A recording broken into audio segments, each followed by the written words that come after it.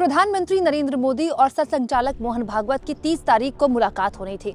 कहने वालों ने ये तक कह दिया कि ये पहली बार होगा कि प्रधानमंत्री के पद में रहते हुए नरेंद्र मोदी संघ मुख्यालय जाएंगे। लेकिन अब जो उड़ती उड़ती खबरें आ रही हैं दोस्तों, वो इन पुरानी खबरों से बिल्कुल अलग है। अगर इन खबरों में सच्चाई मानी जाए तो ऐसा लग रहा है कि बीजेपी आरएसएस के बीच में या तो बहुत गजब की बन रही है या बिल्कुल नहीं बन रही है और दोनों की तरफ से तलवारें खिंच गई हैं। ये मैं क्यों कह रही हूँ दोस्तों, ये आप जानते हैं 30 तारीख वो दिन था जिसको लेकर तमाम तरह के कयास लगाए जा रहे थे। कोई कह रहा था कि 30 तारीख को क्योंकि नागपुर के कार्यक्रम में पीएम को जाना है जिसमें भागवत भी होंगे, सीएम फडणवीस भी होंगे और उसके बाद पीएम सरसंघचालक मोहन भागवत के साथ आरएसएस मुख्यालय जा सकते हैं। अगर ऐसा होता तो ये अपने आप में बहुत बड़ा इवेंट होता, क्योंकि नरेंद्र मोदी प्रधानमंत्री रहते हुए मुख्यालय नहीं गए हैं, संघ के मुख्यालय नहीं गए नागपुर में। दोस्तों, कहने वालों ने ये भी कह दिया कि बीजेपी का राष्ट्रीय अध्यक्ष कौन होगा, इसको लेकर नाम फाइनल करने के लिए हो सकता है कि मोदी संघ मुख्यालय जाएं। और दोस्तों, संघ को लेकर जो प्रधानमंत्री महसूस करते हैं हाल के दिनों में, वो काफी बोल भी चुके हैं। लेकिन अब जो जानकारी निकल कर आ रही है दोस्तों, वो ये है कि बीजेपी और आरएसएस के बीच में क्या इतनी ठन गई है कि मोदी ने सरसंघचालक मोहन भागवत के साथ नागपुर में संघ मुख्यालय जाने से एक तरह से प्लान कैंसिल कर दिया है। दोस्तों, वरिष्ठ पत्रकार केपी मलिक ने ये जानकारी सोशल मीडिया में साझा करते हुए कहा है, पिछले कई दिनों से चल रही चर्चाओं पर पूर्ण विराम लगता हुआ नजर आ रहा है। संघ प्रमुख मोहन भागवत एवं पीएम मोदी की मुलाकात न होने की खबरें हैं। मेरे सूत्र बताते हैं कि प्रधानमंत्री का बैक टू बैक कार्यक्रम लगा हुआ है और उनको शाम को वापस दिल्ली लौटना है। इस बीच में कहीं भी कोई इस प्रकार का कार्यक्रम नहीं है कि जिसमें संघ प्रमुख और पीएम की मुलाकात के लिए समय रखा गया हो। ये जताता है कि संघ प्रमुख और पीएम मोदी की मुलाकात नहीं हो रही। दरअसल इस मुलाकात के न होने के कारण का बेंगलुरु में जेपी नड्डा को संघ के निर्णय से अवगत कराना जाना है और इसके बाद संसद भवन में नड्डा का पीएम मोदी से मुलाकात कर उनको संघ के निर्णय से अवगत कराना माना जा सकता है। इसमें संघ ने साफ और सिर्फ राष्ट्रीय अध्यक्ष के लिए संजय जोशी के अलावा किसी और नाम पर विचार करने से साफ इनकार कर दिया है। हालांकि संघ का फॉर्मूला 2 भी तैयार है। संघ के इस निर्णय को लेकर गुजरात लॉबी में हड़कंप मचा हुआ है। दोस्तों, अभी कुछ दिन पहले बेंगलुरु में संघ का बड़ा कार्यक्रम था जिसमें जेपी नड्डा गए थे और उसके बाद जेपी नड्डा के लिए भी कहा जा रहा था कि एक्चुअली में संघ का मैसेज जेपी नड्डा के द्वारा भिजवाया गया था दिल्ली में केंद्रीय नेतृत्व को। और अब जो केपी मलिक की जानकारी दे रहे हैं कि संघ ने साफ मैसेज कर दिया है कि अगर उनके चहेते चेहरे को राष्ट्रीय अध्यक्ष नहीं बनाया गया तो उनके पास फॉर्मूला 2 तैयार है और वो उनके चहेते चेहरे हैं दोस्तों संजय जोशी।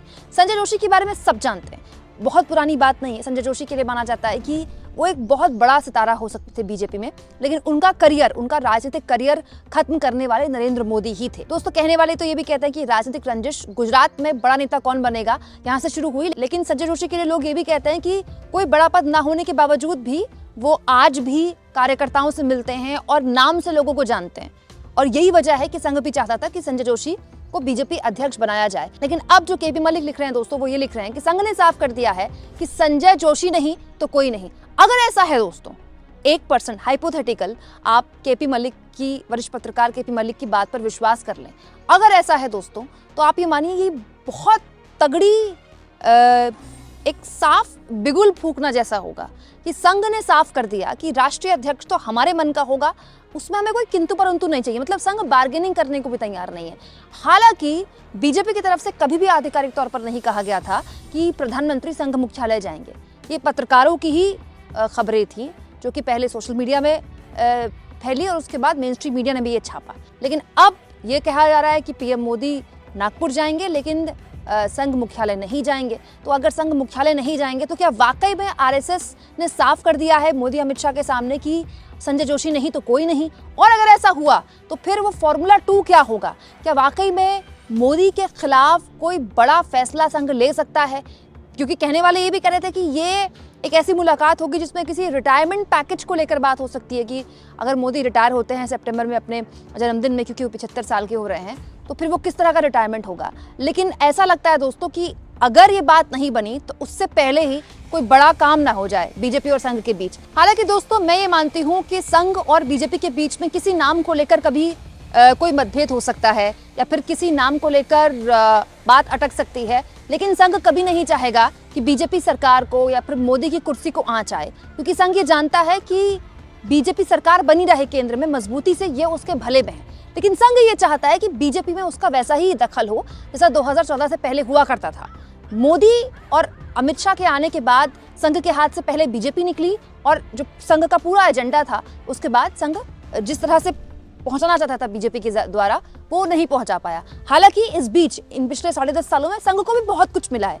बीजेपी के सत्ता में रहने के बाद संघ को बहुत कुछ मिला है। कोई सोच भी नहीं सकता था कि संघ का इतना हाई फाई शानदार मतलब ऐसा दफ्तर खुल गया दिल्ली में कि उसके आगे कई बड़े बड़े शीश महल भी छोटे पड़ेंगे। तो ये उस सांस्कृतिक संगठन के लिए हुआ है जिसके लिए कहा जाता था कि सेवा ही उनके लिए सबसे बड़ा धर्म है और वो तो राजनीतिक कार्यक्रम करते भी नहीं है। हालांकि एक और चीज़ इस मुलाकात में होनी थी।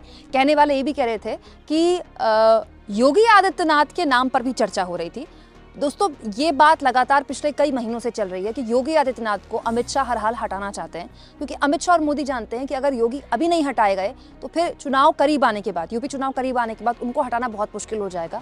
और ये बिल्कुल बेस्ट टाइम है क्योंकि अभी 2-2.25 साल का वक्त है यूपी के चुनाव में। तो बोलने वाले ये भी बोल रहे थे दोस्तों कि बीजेपी अध्यक्ष के तौर पर एक ऐसे नाम पर सहमति बन जाए जो RSS के भी गुड बुक्स में हो और जो मोदी को भी नापसंद ना हो। लेकिन अगर ऐसा है कि संजय जोशी के नाम पर अड़ गया है संघ, तो फिर ये हालात बीजेपी के लिए बहुत मुश्किल हो सकते हैं, जो कि ऑलरेडी हैं।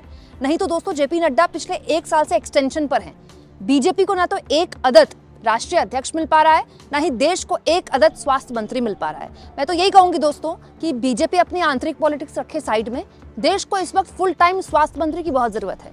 जेपी नड्डा को बीजेपी अध्यक्ष के तौर पर रिटायर किया जाए, उनको उस जिम्मेदारी से बाहर किया जाए, क्योंकि स्वास्थ्य मंत्रालय एक फुल टाइम जॉब है और जेपी नड्डा लगातार कार्यक्रम भी कर रहे हैं पार्टी के और वो स्वास्थ्य मंत्रालय भी संभाल रहे हैं। ये ठीक नहीं है देश के लिए। दूसरा और सबसे महत्वपूर्ण बात दोस्तों, ये जो मुलाकातों का दौर है, जो बातचीत का दौर है, अभी बहुत लंबा चलेगा और ये बहुत लंबे वक्त से चला आ रहा है। लेकिन ये बात सही है कि अगर अब तक कुछ तय नहीं हुआ है, अब तक बात नहीं बनी है, तो ये बताता है कि कहीं कुछ मामला अटका पड़ा है। या तो यहाँ से कुछ बोला जा रहा है और वहां से नहीं माना जा रहा, या फिर वहां से कुछ बोला जा रहा है और यहाँ वालों को कोई दिक्कत है।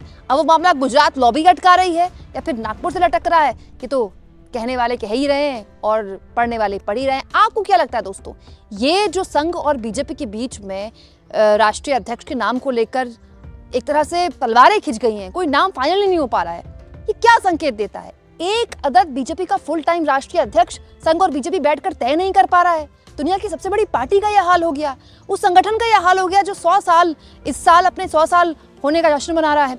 आपको क्या लगता है दोस्तों, आखिर अगर ये मुलाकात होनी थी तो क्यों टली, या फिर ये मुलाकात होनी ही नहीं थी, ये केवल चर्चाएं थी? कमेंट बॉक्स में जरूर लिखें और जितना हो सके दोस्तों चैनल को शेयर भी करें, सब्सक्राइब भी करें और थैंक्स फॉर ज्वाइन के ऑप्शन से अगर आप चाहें तो कुछ आर्थिक मदद भी चैनल की जरूर करें।